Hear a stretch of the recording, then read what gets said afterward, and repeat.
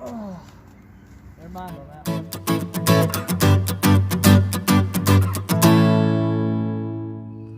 So welcome back to PoorBoy Disc Golf, and this is the second new disc company that I have found.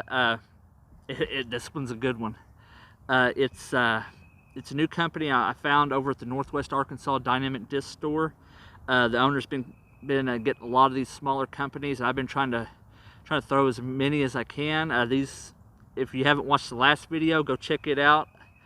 This is the second group that I got. I got a mid-range and a putter from Divergent Disc Golf, and I got a Kraken and a Leviathan.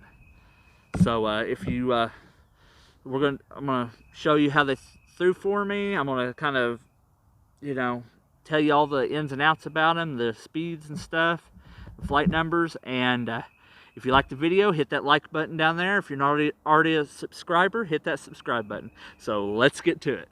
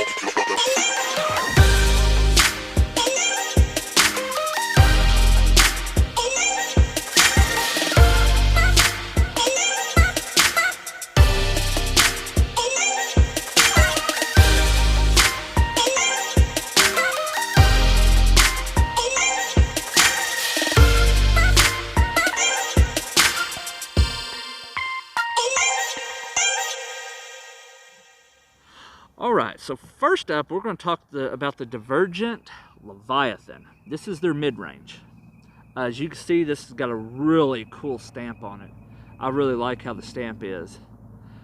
Picked it up from the Northwest Arkansas Dynamic Disc Store for only $10. Can you believe that? $10. Both of these were $10, by the way. You know, it's cool. This one's coming at 170 to 172 grams. This is in their max plastic.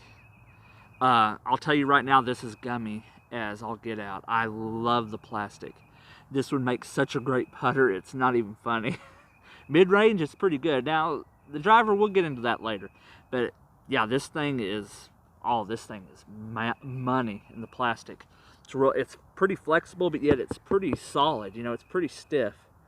As far as the flight numbers, are a speed of 5, glide of 4, turn of -4, and a fade of 0.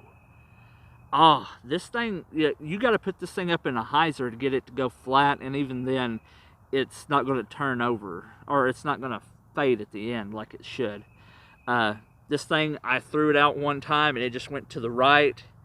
You know, it turned over, hit the ground, and kind of rolled a little ways. This would be a good roller for somebody that had a pretty good arm speed. This thing's a beast. You know, I was throwing it hyzer as much as I could, and it would just go out and then flat, then it just fade, or it would just turn over, I should say. I'll get it right eventually. But yeah, this thing is great. You know, from standstill, you know, it's going to go straight, and then it's going to go to the right. Really like it for the price. You know, this thing is a beaut. Love the plastic. You know, I wish this plastic would be like in a putter, because this thing, I was throwing it after I got through filming. I was kind of just throwing it at the basket, and this thing, I mean, it would hit the basket and it would stay inside the chains every single time. It just gripped the basket, and that's kind of the way it did on the ground. You know, it would grip. It wouldn't skip that much, and if it did, it would grab every bit of it. like every time I picked this up, it had grass just all on it, and I had to, wipe it off and kind of beat the grass off of it. So yeah, the plastic is all there. Threw it about 8 times out there. It didn't really take any damage whatsoever. It's kind of dirty. I have to clean them. But yeah, as far as quality, these things are really quality. Just as a comparison, because there's the profile of this one. Get a little lower so you can see it. This is a Bounty. To kind of give you a little bit of a if you can see that or not, but yeah, just to kind of give you a little demonstration. The Bounty is more, I think, like right through here. The Leviathan's a little bit flatter. The rim's not as deep, so it's easy to do a fan grip on. If I do like my fan grip, this thing goes as far as the driver, and that kind of surprised me. But this thing's a good little disc. So we'll move on to the Kraken. It is the fairway driver. It's got one of them cool stamps. I mean, these stamps are awesome. I kind of like when they have artwork and stuff. The only thing I don't like is it didn't have the flight numbers, so I have them written on my hand. Picked this one up for just $10 again. These things are cheap. I was thinking, well, maybe Matt was just, he got them real cheap or something, but no, these things are cheap. It's in their max grip plastic. I don't like the plastic on this one though. That's my only drawback to this disc, is the plastic. I think doesn't do well with this, because I grip lock it a lot. I was out there maybe 4 times I didn't grip lock it as bad. The first time I threw it, it went to the right and it never came back. I mean, it hit the fence and kind of rolled up the fence line.